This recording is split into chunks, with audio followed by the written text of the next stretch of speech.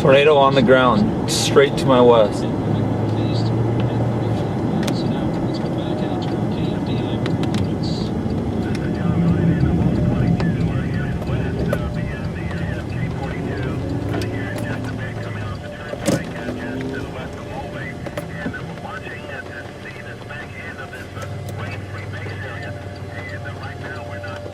Hail.